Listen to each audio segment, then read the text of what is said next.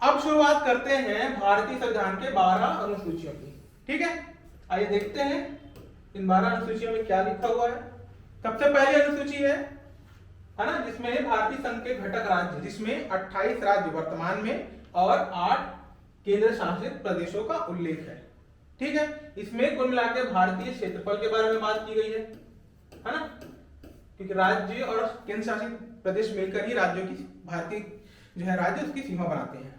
अब आते हैं दूसरी अनुसूची में।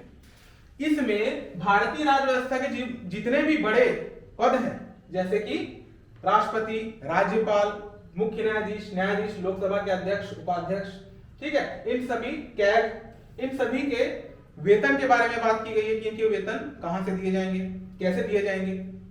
अब आते हैं तीसरी अनुसूची में। इसमें बात की गई है शपथ की।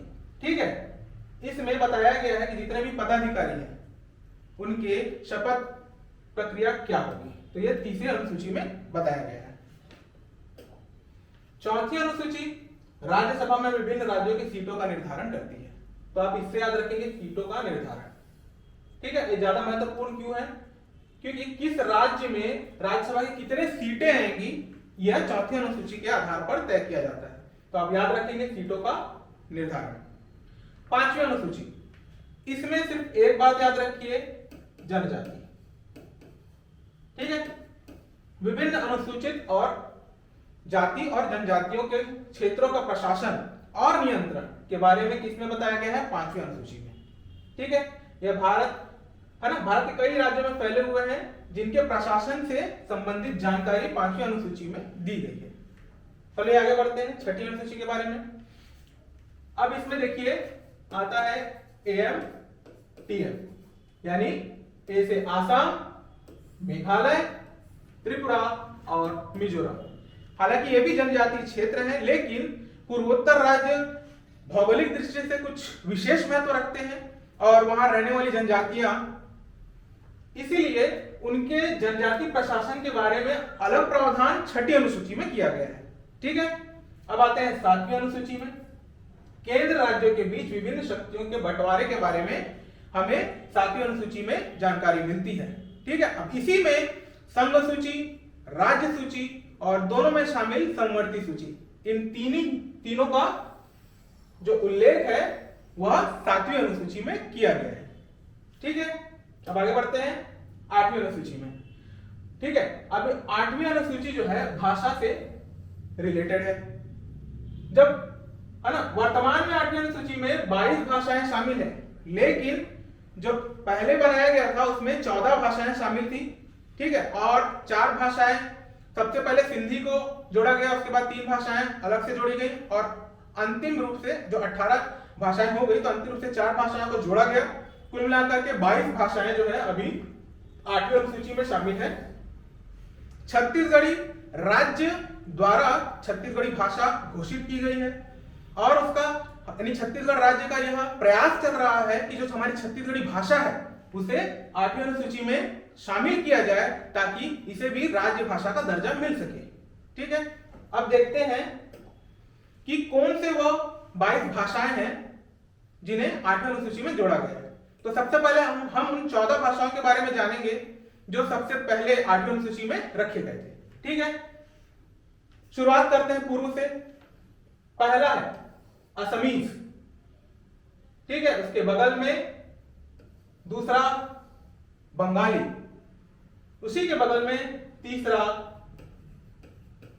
उड़ीसा, उड़िया है ना, उड़िया के बगल में हिंदी भाषी राज्य। ठीक है, तो क्या हो गया, पहला, दूसरा, तीसरा, चौथा हिंदी। अब हिंदी भाषी राज्य के ऊपर लखनऊ से क्या आता है, उर्दू। ठीक है, तो 5वीं उर्दू।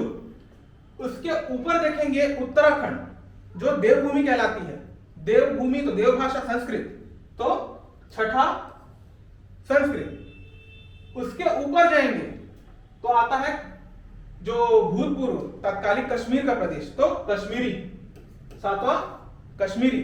कश्मीर के नीचे आएंगे पंजाब, तो पंजाबी, 8वां पंजाबी। अब स्किप करेंगे, पंजाब से सीधे आएंगे गुजरात। ठीक है, तो 9वां हो जाएगा गुजराती।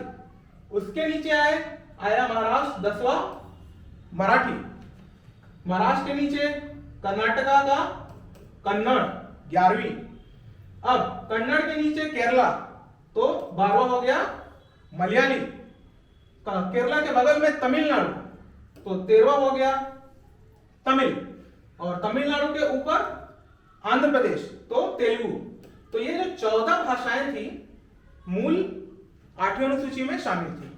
उसके बाद एक भाषा को जोड़ा गया सिंध प्रांत, और पाकिस्तान से याद रखिए पहले का सिंध प्रांत था, और सिंध प्रांत से बहुत सारे सिंधी भाई भारत में हैं, इसीलिए सिंधी। तो अब ये 15वां भाषा हो गया सिंधी। अब उसके बाद आते हैं गोवा, ठीक है, गोवा को जोड़ा गया 16वीं भाषा के रूप में, और ये भाषा थी कोंकणी। अब आते हैं पूर्वोत्तर राज्य में, असमीज तो एक है, और उसके बाद जो सबसे ज्यादा बोलने वाली भाषा है यहाँ पर है मणिपुरी। तो मणिपुर के जो मणिपुरी है उसे जोड़ दिया गया 17वीं भाषा के रूप में। और हमारा जो पड़ोसी राज्य है, राज्य नहीं हम उसे देश कहेंगे, है ना, जो पड़ोसी देश है उससे भारत के बड़े मित्र और संबंध है, और एक समय में यह एकमात्र जो है हिंदी भाषी देश के रूप में प्रसिद्ध था, है ना, हिंदू राष्ट्र के रूप में प्रसिद्ध था, और यहां से बहुत सारे लोग जो है भारत में निवास करते हैं, और भारत इन्हें विशेष दर्जा भी देता है, इसीलिए नेपाल की नेपाली। तो ये जो 18 भाषाएं अब हो गई हैं भारत में जो कि इसमें शामिल रही हैं, ठीक है। अब 1967 में 21वें संविधान संशोधन के द्वारा सिंधी भाषा को शामिल किया गया, ठीक है। उसके बाद 1992 में 71वीं संविधान संशोधन के द्वारा कोंकणी, मणिपुरी और नेपाली, है ना, इन तीनों को जोड़ दिया गया। अब आते हैं 2003 में 92वें संविधान संशोधन। जब हमने प्रस्तावना के बाद वाली कक्षा की थी तो हमने देखा था कि कुछ मुख्य संविधान संशोधन थे जिसमें 92वें संविधान संशोधन भी शामिल था, और हमने कहा था कि इसकी चर्चा हम आगे करेंगे। तो यही है वो 92वें संविधान संशोधन 2013, जिसमें कि मैथिली ये हिंदी भाषी राज्य बिहार में शामिल है, ठीक है। संथाली ये झारखंड, बिहार और बांग्लादेश, नेपाल के कुछ क्षेत्रों में बोली जाती है, लेकिन मुख्यतः यह झारखंड में बोली जाती है। डोंगरी अब जम्मू कश्मीर में दूसरी सबसे महत्वपूर्ण भाषा है, ठीक है। और बोडो जो है वो तिब्बती और बर्मन, जो बर्मा है उस राष्ट्र के लोगों के द्वारा बोली जाती है, लेकिन चूंकि भारत एक बड़ा ही समृद्ध देश है तो ये तिब्बत हो गया, ये हो गया बर्मा, और ये लगभग इस पूरे क्षेत्र में बोडो बोली जाती है, और मुख्य रूप से असम, मेघालय, इन क्षेत्रों में बोडो बोलने वाले लोगों की संख्या भी ज्यादा है, इसीलिए इसको जोड़ दिया गया इसमें 8वीं अनुसूची में। तो इस प्रकार 18 के बाद हमारे पास 4 भाषाएं होंगी, कौन कौन सी? 19वीं हो गई बोडो जो इस क्षेत्र में, ठीक है। फिर हो गई मैथिली, हो गई 20, उसके बाद आता है डोगरी, ठीक है, हो गया 21, और झारखंड में संथाली, ठीक है। इस प्रकार जो 22 भाषाएं 8वीं अनुसूची में शामिल है वो इन भारत के इन क्षेत्रों में बोली जाती है, और मैप से याद करेंगे आपको जल्दी याद हो जाएगा, यही इसका ट्रिक है याद रखने का। अब अलग से भाषाओं का याद करने की कोशिश करेंगे बहुत दिक्कत होगी, अब मैप के थ्रू याद करिए, एक बार में याद हो जाएगा, ठीक है। चलिए आगे बढ़ते हैं, अब बात करते हैं 9वीं अनुसूची के बारे में, ठीक है। 9वीं अनुसूची की सबसे बड़ी विशेषता क्या है कि इसमें शामिल जो विषय है उन्हें न्यायालय में चुनौती नहीं दी जा सकती है, सबसे महत्वपूर्ण। तो इसीलिए गवर्नमेंट को कुछ भी लगता है जिससे न्यायालय में चुनौती दी जा सकती है तो कोशिश करता है कि वो 9वीं अनुसूची में उस विषय को डाल दे, जैसे कि इंदिरा गांधी ने किया था, बहुत सारे विषय 9वीं अनुसूची में डलवा दिए थे जिसे न्यायालय में कोई भी चुनौती नहीं दे सकता था, ठीक है। अब संविधान के पहले जो संशोधन है 1951 में यह जोड़ा गया था, ठीक है। इस अनुसूची के तहत संपत्ति के अधिग्रहण के अधिकार जो थे उस समय, जो कि अब निर्सित करके 284 अधिनियम में शामिल किए गए, यानी संपत्ति के अधिकार जो उस समय मूल अधिकार माना जाता था उसे हटा दिया गया, 284 में उसे डाल दिया गया कि वो मूल अधिकार नहीं है ना। अब बात करते हैं 10वीं अनुसूची के बारे में। 92वें संविधान संशोधन द्वारा 1985 में इसे जोड़ा गया था, और ये है राजनीतिक पार्टियों से संबंधित, क्योंकि इसमें दल बदल कानून का उल्लेख है। क्योंकि होता यह था कि उस समय जोड़ तोड़ की सरकार बनती थी, विधायक जो है खरीद फरोख्त के तहत दूसरे पार्टी में चले जाया करते थे और सरकार गिरा देते थे। इसी चीजों को रोकने के लिए दल बदल कानून लाया गया। यदि कोई व्यक्ति किसी राजनीतिक पार्टी में है तो जब तक वो पार्टी से इस्तीफा नहीं देगा और अपने विधायक पद को छोड़ेगा नहीं या सांसद पद को छोड़ेगा नहीं, तब तक वो किसी और दल में शामिल नहीं हो सकता। इसी चीज को दल बदल कानून द्वारा 10वीं अनुसूची में लाया गया। ठीक है, अब बात करते हैं 11वीं अनुसूची की। इसके बारे में पहले ही पढ़ चुके हैं, पंचायत त्रिस्तरीय राज्य व्यवस्था के अंतर्गत, है ना।